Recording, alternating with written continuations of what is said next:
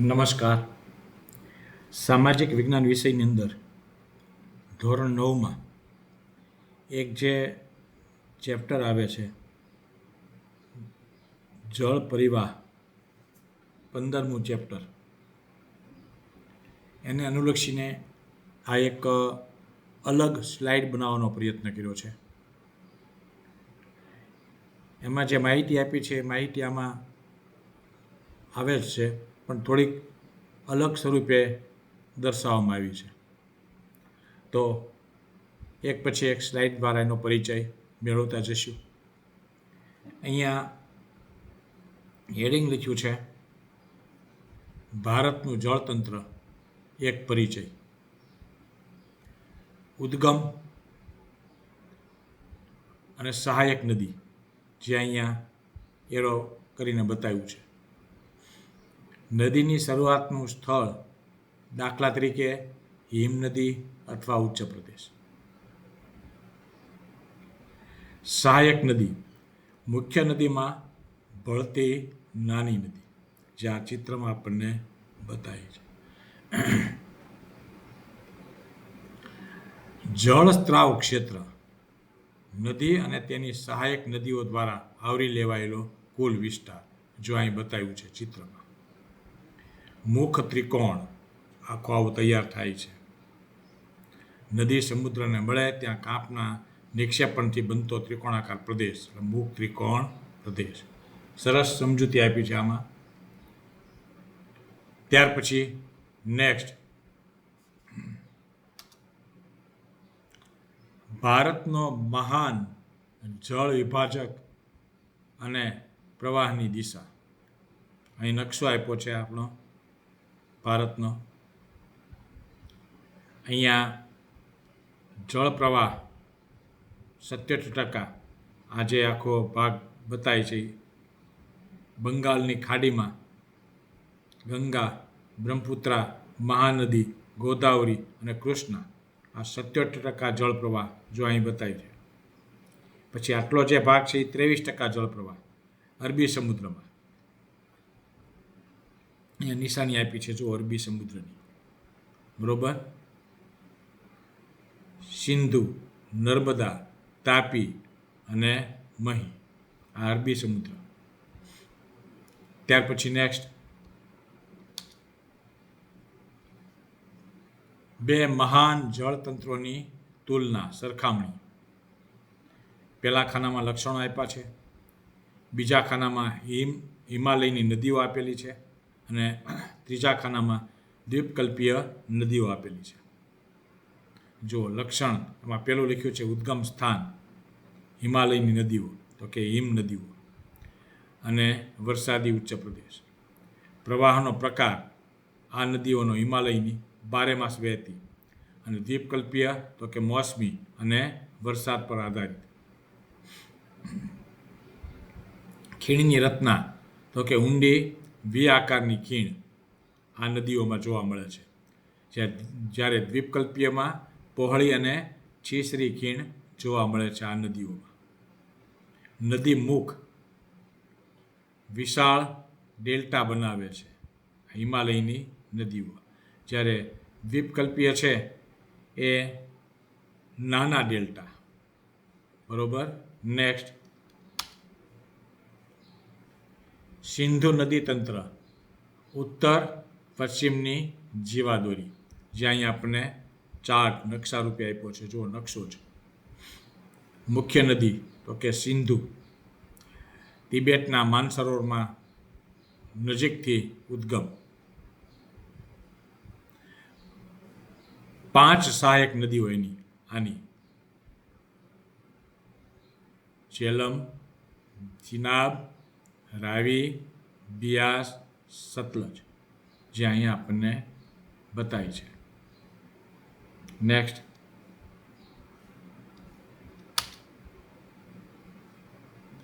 ગંગા નદી તંત્ર ભારતનો સૌથી મોટો જળસ્ત્રાવ વિસ્તાર. મુખ્ય ધારા ભાગીરથી અને અલકનંદાના સંગમ દેવપ્રયાગથી શરૂઆત. જો અહીં આખો ચાર્ટ આપણને આપ્યો છે. ડાબા કાંઠાની નદીઓ, અને આ જમણા કાંઠાની નદીઓ. નામ પણ ઉપર આપણને આપ્યા છે. બ્રહ્મપુત્રા નદી તંત્ર, પૂર્વનો વિશાળ પ્રવાહ, તિબેટમાં સાંગપો તરીકે ઓળખાય છે જુઓ, અને અરુણાચલમાં દિહાંગ, અને આસામમાં બ્રહ્મપુત્રા. નેક્સ્ટ, અહીંયા જે માજુલી દ્વીપ એમ લખેલું છે, વિશ્વનો સૌથી મોટો નદી દ્વીપ. નેક્સ્ટ, પૂર્વ તરફ વહેતી દ્વીપકલ્પીય નદીઓ. જો અહીંયા ભારતનો દક્ષિણ ભાગ બતાવ્યો છે, જો આ બરોબર, ઉપરનો ઉત્તર, નીચેનો દક્ષિણ, આ પશ્ચિમ અને આ પૂર્વ.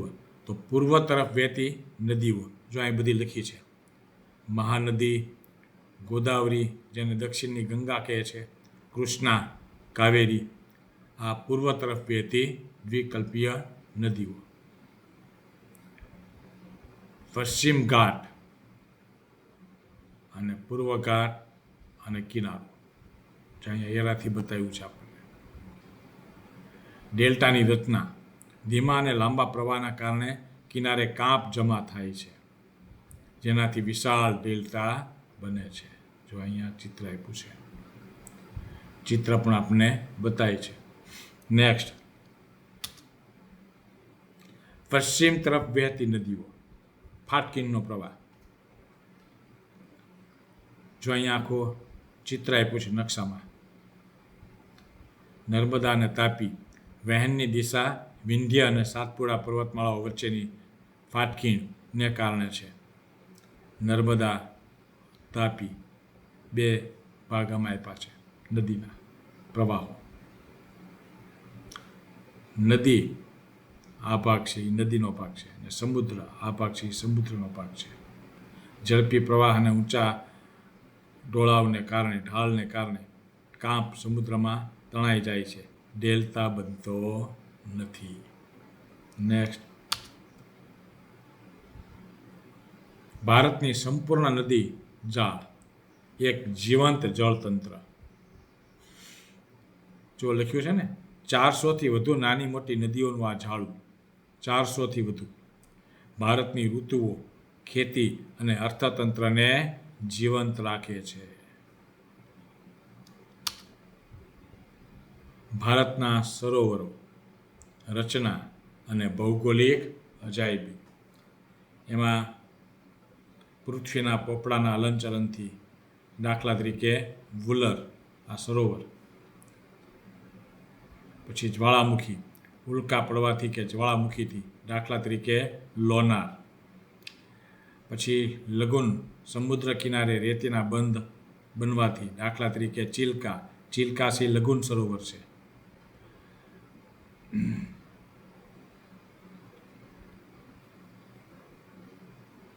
ને હિમનદી, બરફ પીગળવાથી બનતા સરોવરો.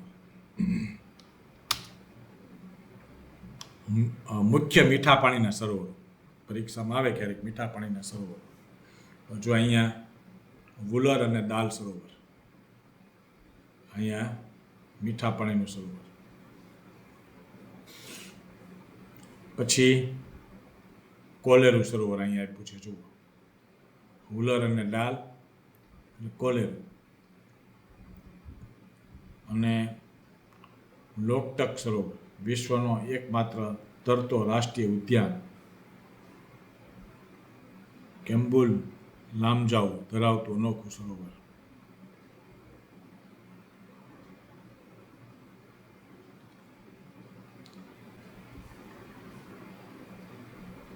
નેક્સ્ટ,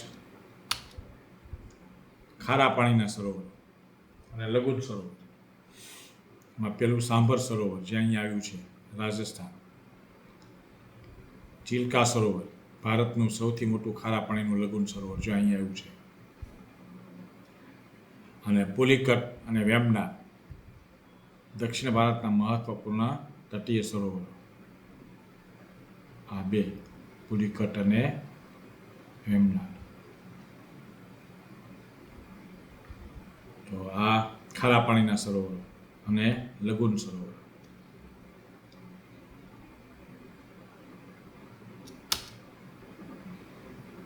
માનવ નિર્મિત સરોવરો એમાં ગોવિંદ સાગર, જે અહીંયા બતાવ્યો છે ભાગ,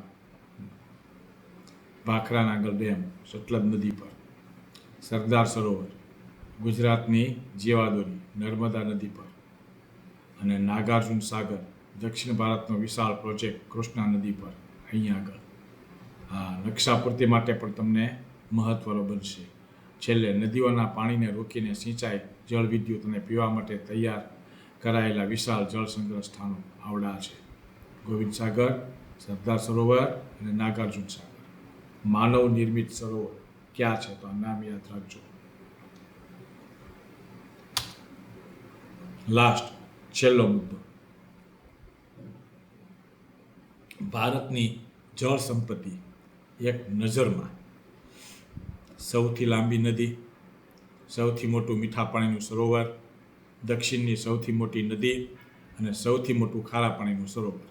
એક એક વાક્ય તરીકે આ તમને ઉપયોગમાં આવશે. તો સૌથી લાંબી નદી, જો લખ્યું છે ત્યાં ગંગા, લંબાઈ પણ અહીં આપી છે 2525 કિમી. સૌથી મોટું મીઠા પાણીનું સરોવર, ટોટલ નામ લખ્યું છે બુલર, જમ્મુ કાશ્મીર. દક્ષિણ ભારતની સૌથી મોટી નદી, નામ લખ્યું છે ગોદાવરી, જેને આપણે દક્ષિણની ગંગા કહીએ છીએ. અને સૌથી મોટું ખારા પાણીનું સરોવર ચિલ્કા, ઓડિશામાં આવેલું છે, જે આપણે નકશામાં અગાઉ જોયું. બરોબર. આ સૌથી મોટું મીઠા પાણીનું સરોવર અને આ સૌથી મોટું ખારા પાણીનું.